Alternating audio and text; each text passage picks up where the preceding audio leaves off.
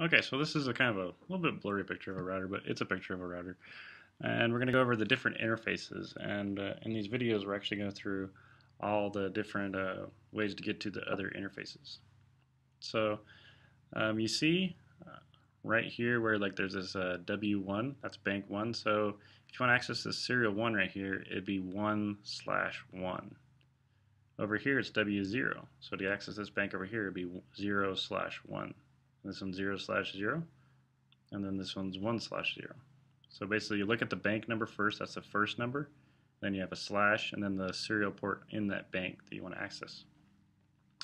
Another port you're going to have to access is the line console. So if you do a line console 0, you'll get to this port. You can set passwords, that kind of stuff. Then you also have your fast Ethernet. So those are just an interface, much like the serial. They'll often be 0/0, or else you might have a 0/1, and they'll say right underneath it what it is. Then the other port we're going to look at is the Telnet port, which is not physically here. Basically, they get in through either a serial port or through an Ethernet port, and it's basically just a Telnet connection. Alright, so let's go ahead and get started. My setup is a Macintosh computer running VirtualBox, and I'm going to be using Packet Tracer. So I'm running Ubuntu Linux 11 in the VirtualBox. I'm going to go ahead and open up a Cisco Packet Tracer. Now, when you go to the lab, the instructor's probably just going to point to the different interfaces they want you to get to. But in Packet Tracer, it's very similar. You can learn the commands and practice them over and over again before you actually go through the checkpoint. So first thing I want to do, I want to make sure I have switches and I want routers. So I'm going to choose a router. I'm going to go ahead and just do a 2620. You'll notice that different routers might behave a little bit differently depending if they have multiple banks or not.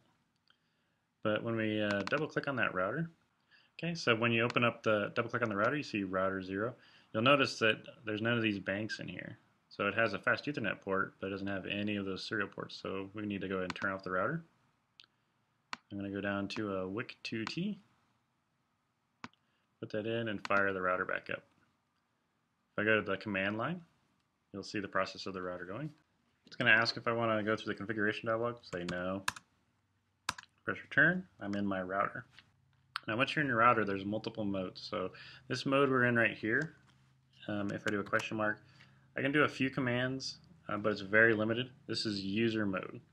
If I want to get to privileged exec mode, I do enable, and that takes me one level higher. In the enable mode, you can do basic show commands, that kind of stuff.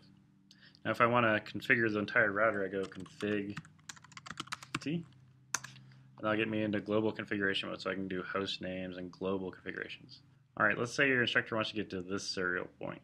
So it's in the 0 bank, and it's the first serial. So I'm going to go to int for interface. If I do a question mark, I can see I can do fast Ethernet, serial, all those. A shortcut though, there's only one named S, so I'm just going to do S. I'm going to do 0/1,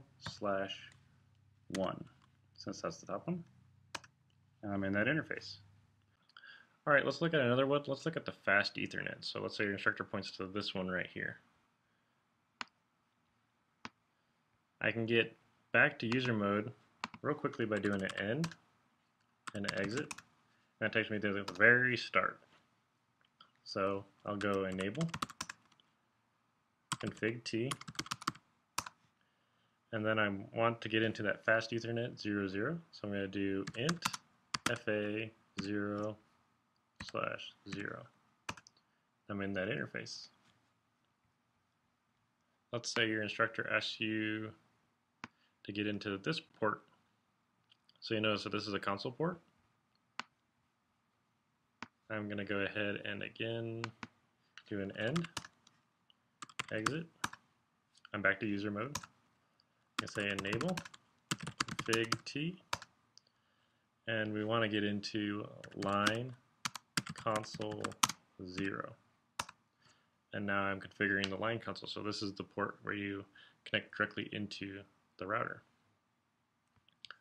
Now the last one the instructor might ask you about is the one that's not a port on here. It's the Telnet port. It's similar to a line console, so I'm going to go ahead and do an end, exit. I'm going to do enable, config T, I'm going to do line VTY, and then if I do a question mark and see how many of these Telnet locations are, I'm going to do a 0 space 15. I want to configure them all. Alright, and that's how you get into most of all the interfaces on a router. Go ahead and practice those, and when you're ready, the instructor will walk you through the checkpoint. Basically, they'll point to or they'll tell you to get to a telnet. One of those. You need to make sure you can always get back to the user mode too every time you do a new location. When you're actually configuring these, like if I want to do int s0/1, I can go directly to it right there without having to go all the way back. But for this checkpoint, we want to see that you actually go all the way back and then go back through the modes to make sure that you're comfortable with the enable, config t, and the interfaces.